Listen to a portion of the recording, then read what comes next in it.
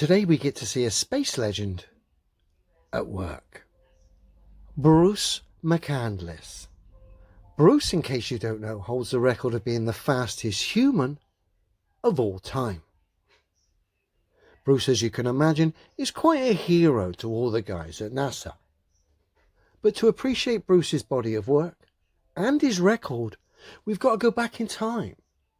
Back to the 80s, a time of great music, terrible special effects, hairspray fetishes, Airfix models, and of course, the Jetpack Man. So take it away, Bruce. Finally, in the spring of 1984, astronaut Bruce McCandless gently rose, untethered, from Challenger's payload bay into the vast expanse of space. Here we get to see Bruce do a flyby, what appears to be Pangea. Incredible!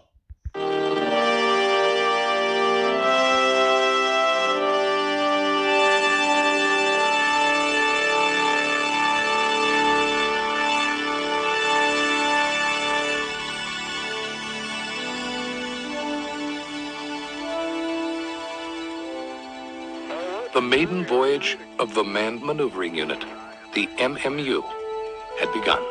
Well, that may have been one small step for Neil, but it's a heck of a big leap for me. Roger, copy that, Rick. Now, if you thought Bruce's Pangea flyby was daft, wait till you see this. Here Bruce is supposedly going 9 times faster than a speeding bullet. Clearly ridiculous. This footage has aged terribly, and it's obvious Bruce has been layered in here and nothing is travelling 17,000 miles an hour. Ridiculous. What gives the game away even more is Bruce's voice. If you were travelling at those speeds in a spacesuit, there'd be some emotion in your voice. You'd either be a little bit scared, the adrenaline, or you'd be buzzing. But nothing here with Bruce.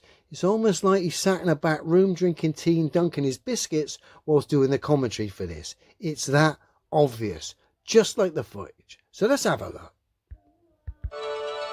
For the first time in history, a man was flying in space, alone and untethered, in full control of his movements, traveling over 17,000 miles an hour, 150 miles above the Earth.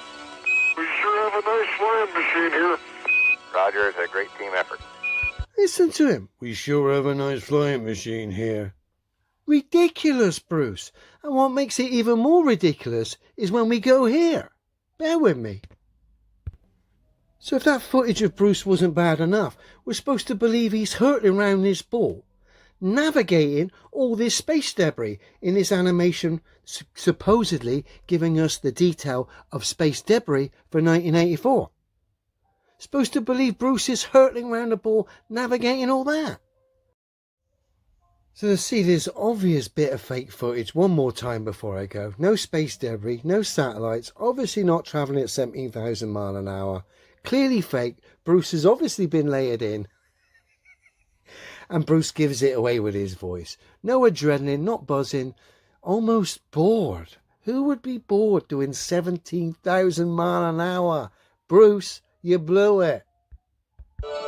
For the first time in history, a man was flying in space, alone and untethered. Like he's really doing 17,000 miles an hour. I mean, look how ridiculous that footage looks. It's almost like a mannequin has been layered in there. Dear, oh dear. In full control of his movements, traveling over 17,000 miles an hour, 150 miles above the Earth. We sure have a nice flying machine here. Roger, it's a great team effort. Bruce, you blew it, mate.